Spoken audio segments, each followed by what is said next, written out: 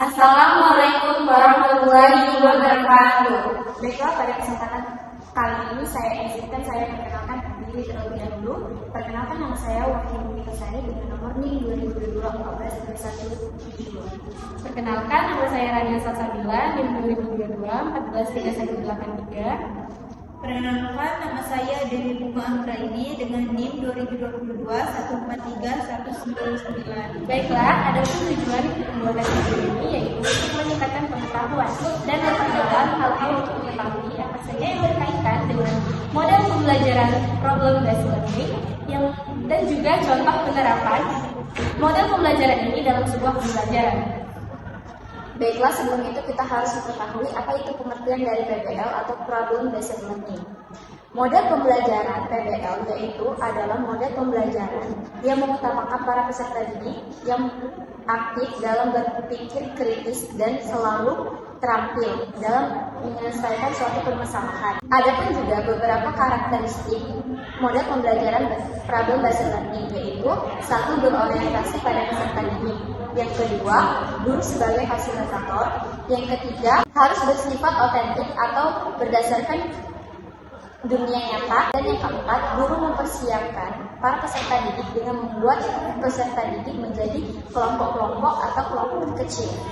Baiklah, di sini ada pun langkah-langkah dalam pembelajaran dengan menggunakan model PBL atau Problem Based Learning.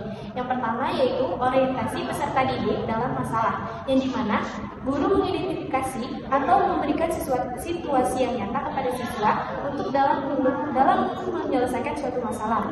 Lalu yang kedua, ada mengorganisasikan kegiatan pembelajaran, yang dimana guru akan membagi siswa atas kelompok-kelompok kecil ataupun secara individu.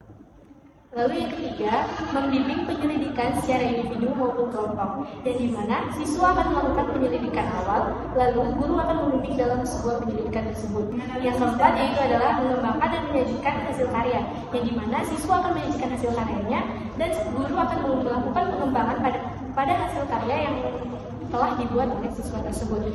Lalu yang kelima atau yang terakhir yaitu ada menganalisis dan mengevaluasi proses pemecahan masalah, yang dimana guru dan siswa secara bersama-sama mengevaluasi hasil karya yang telah dibuat dan melakukan analisis terhadap hasil karya tersebut. Adapun kelebihan dan kekurangan dari suatu model pembelajaran berbasis masalah atau PBL ini, yaitu ada kelebihannya yaitu satu, pemecahan masalah merupakan teknik yang cukup bagus untuk memahami isi pelajaran. Yang kedua, pemecahan masalah dapat menantang kemampuan siswa serta membantu kepuasan siswa untuk pengetahuan baru bagi siswa. Ketiga, pemecahan masalah dapat meningkatkan aktivitas pembelajaran siswa. Yang keempat, pemecahan masalah dapat meningkatkan kemampuan berpikir kritis siswa. Yang kelima, ada pemecahan masalah dapat membantu mengembangkan pengetahuan baru dan siswa bertanggung jawab dalam pembelajaran yang dilaksanakannya. Di sisi lain ada kelebihan, adapun kekurangan dari PBL ini yaitu satu, peserta didik enggan untuk mencoba karena tidak memiliki minat atau tidak mempunyai kepercayaan untuk dapat menyelesaikan masalah yang diberikannya. Kedua, yaitu PBL dalam pembelajarannya memerlukan waktu yang cukup lama. Lalu yang terakhir adalah proses evaluasi dalam PBL lebih kompleks karena tidak hanya fokus pada jawaban akhir, tapi juga pada kemampuan siswa untuk memecahkan suatu masalah. Baiklah, itu saja penjelasan kami atas model pembelajaran Problem Based Learning. Maka dari itu di sini kami akan mempresentasikan contoh penerapan model pembelajaran Problem Based Learning dengan materi lingkungan. Baiklah, pertama-tama Ibu ucapkan Assalamualaikum warahmatullahi wabarakatuh. Waalaikumsalam warahmatullahi wabarakatuh. Wah, bagaimana kabarnya pagi ini ya anak? Baik, Bu. Sebelumnya, di sini kita akan membahas tentang materi tentang lingkungan yang pertemuan kemarin telah kita bahas. Lingkungan yang baik itu kan sangat baguslah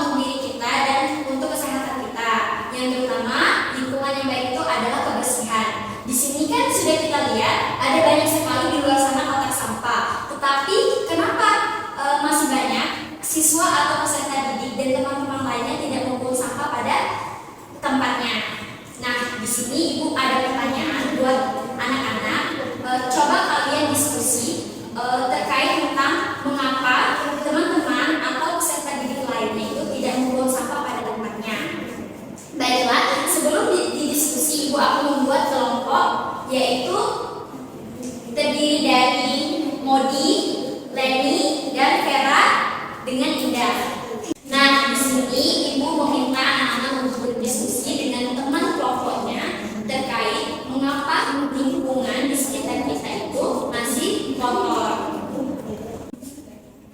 Baiklah, di sini Ibu akan membagikan satu lembar kertas dan Ibu minta kalian untuk mengisi jawaban kalian yang telah didiskusikan terhadap teman kalian sendiri. Pertanyaan tadi yaitu tentang mengapa sekolah kita itu masih terlihat kotor atau tidak bersih. Jadi Ibu minta kalian tuliskan 2 atau 3 saja alasannya. Mengapa sekolah kita itu masih terlihat tidak bersih?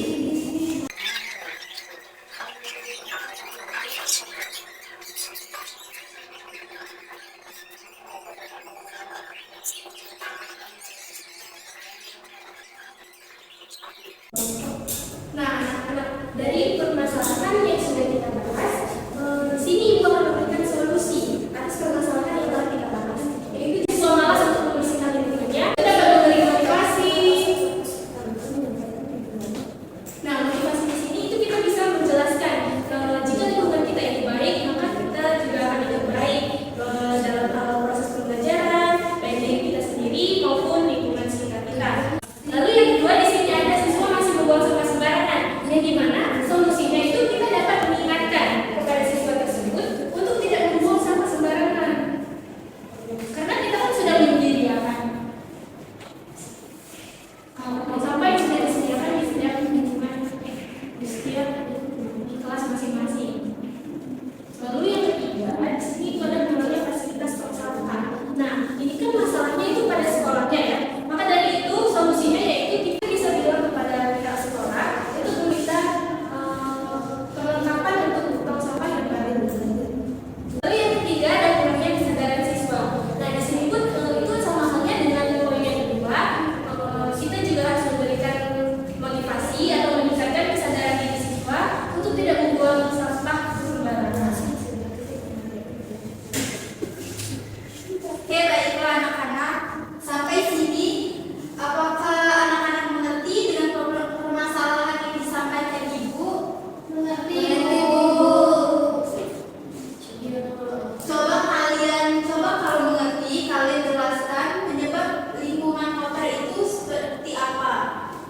Untuk kelompok 1, Indah, bisakah menjelaskan tentang penyebab lingkungan kotor yang kalian jawab tadi?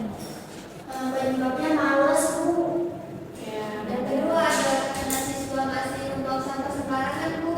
Terus yang kelompok 2, Kayaknya tidak kurangnya fasilitas tong sampah, Bu.